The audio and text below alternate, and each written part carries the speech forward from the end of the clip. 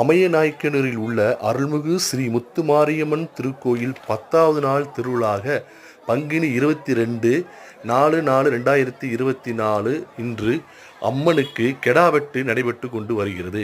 கெடாவெட்டு திருவிழா அருள்மிகு ஸ்ரீ முத்துமாரியம்மன் திருக்கோயில் சன்னதியில் இன்று காலை முதல் நடைபெற்று கொண்டு வருகிறது.